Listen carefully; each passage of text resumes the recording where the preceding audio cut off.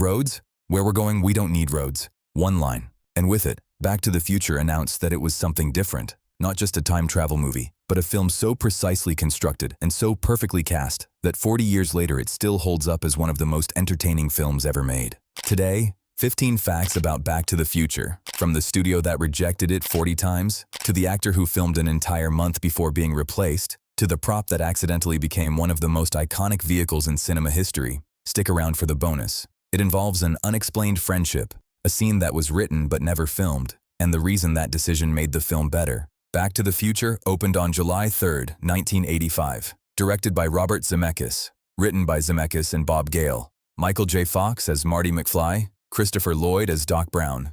It earned $381 million worldwide on a $19 million budget, the highest-grossing film of 1985. It was rejected by every major studio in Hollywood before Universal finally said yes. Here's the story behind it.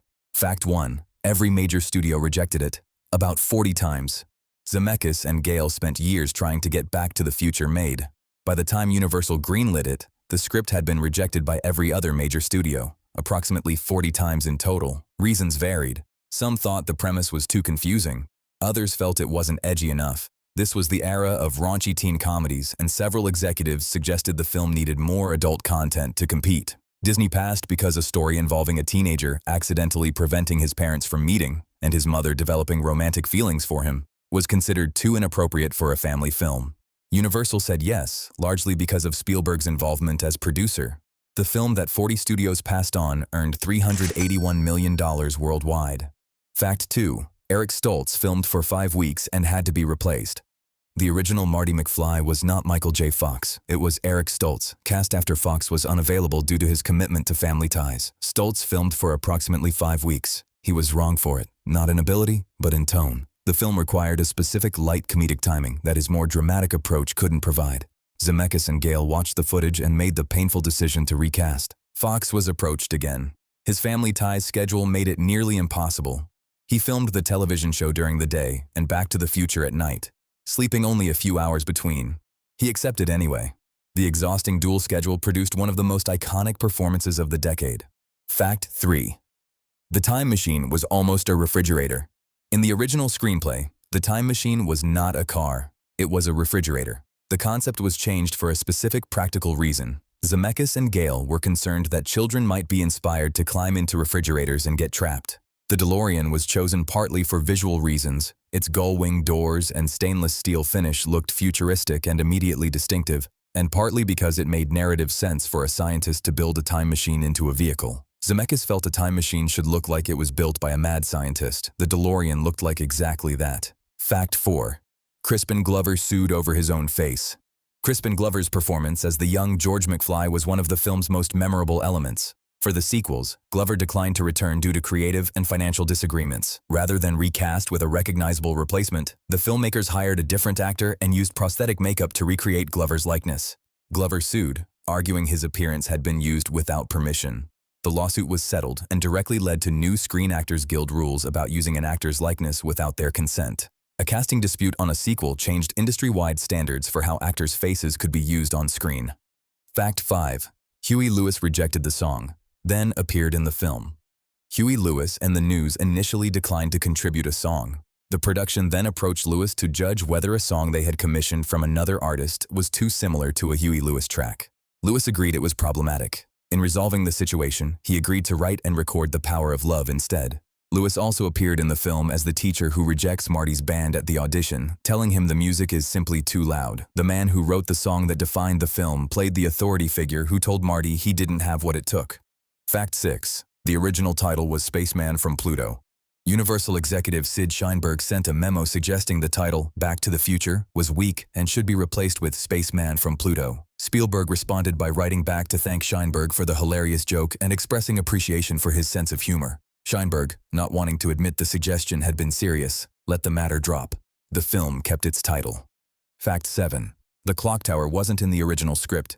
The early drafts resolved the ending using a nuclear test site as the source of the lightning bolt. The location was changed when Zemeckis and Gale felt the nuclear site was too remote from the film's emotional heart.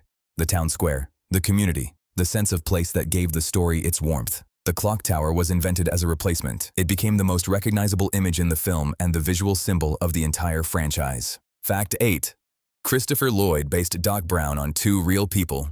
Lloyd's performance, the wild hair, the theatrical expressiveness, the sense of a man genuinely consumed by his own ideas, was based on conductor Leopold Stokowski for the physical mannerisms and Albert Einstein for the intellectual intensity. Lloyd decided early that Doc Brown believed with total sincerity in everything he was saying. No self-awareness, no irony, no distance between the character and his convictions. The performance worked because Lloyd never once winked at the audience. Doc Brown was completely real to him, and that commitment made the character completely real to everyone watching. 40 studio rejections, an actor who filmed for 5 weeks and never appeared in the final cut, and a time machine that was almost a refrigerator. We're not halfway through. Still coming, The Real Hill Valley and Where It Actually Was. The two sequels filmed simultaneously, and the bonus, a scene that was written, never filmed, and made the film better for its absence. Fact 9. Hill Valley was built on a backlot used for decades. The town square of Hill Valley was filmed on the Universal Studios backlot, specifically the Courthouse Square set that had previously appeared in To Kill a Mockingbird and would later appear in dozens of other productions.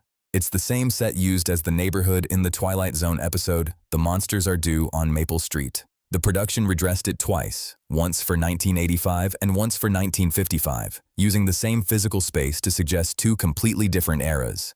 The 1955 version has become so associated with the film that it's now the default visual language for idealized American 1950s in popular culture. Fact 10. Parts 2 and 3 were filmed simultaneously.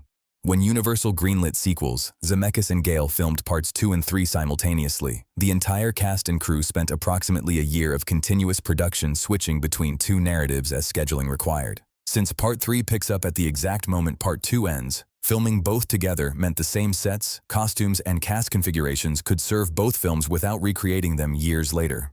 Two feature films, released 6 months apart, filmed as a single production. No other major franchise has attempted the same approach at that scale. Fact 11. Fox did his own skateboard stunts. Fox performed most of his own skateboard work throughout the film. Marty weaving through 1955 Hill Valley traffic on a makeshift board, stripped from a child's scooter. His genuine skill and enthusiasm gave the sequences an energy a stunt double couldn't have replicated in close-up. He absorbed the physical wear of the production on top of his already grueling schedule. Family ties during the day, Back to the Future at night, a few hours of sleep between. The performance looks effortless. The production schedule was anything but. Fact 12. The film was rejected for being too wholesome. Among the 40-plus rejections, a consistent pattern emerged. Several executives told Zemeckis and Gale the script was too wholesome for the mid-1980s teen comedy market. The suggestion, made by more than one development executive, was that the film needed more sexual content to be commercially viable. Zemeckis and Gale declined. The film they refused to make edgier became the highest-grossing film of 1985. The raunchy teen comedies those same studios were making instead are largely forgotten. Fact 13. The score was written under extreme time pressure. Alan Silvestri's Back to the Future theme, the propulsive, brass-driven piece that became one of the most recognizable film scores of the decade, was composed on an extremely tight timeline. Zemeckis gave Silvestri very little time to deliver. Silvestri's approach was to treat the film as a full orchestral adventure, not a comedy score, not a sci-fi score, but something with the sweep of a classic Hollywood epic. The result gave the film a sense of scale and emotional urgency that made the story feel as large as it was trying to be. A score written under pressure became one of the most beloved in cinema history. Fact 14. The throwaway ending created the entire sequel franchise. The original Back to the Future ending had Marty return to 1985, reconnect with his family, and discover everything had changed for the better. The film ended there. Doc Brown's return, flying in to announce that Marty needed to come back to the future because something had to be done about his kids, was added as an afterthought during post-production, suggested by Spielberg as a final energizing beat. What was intended as a playful coda accidentally established the premise for the entire second film. The throwaway ending became the setup for a franchise. Fact 15. The film changed what family entertainment was allowed to be. Before Back to the Future, the conventional wisdom in Hollywood was that sophisticated plotting and genuine emotional complexity were incompatible with broad mainstream appeal. Family films were expected to be simple. Smart films were expected to be niche. Back to the Future demolished that assumption.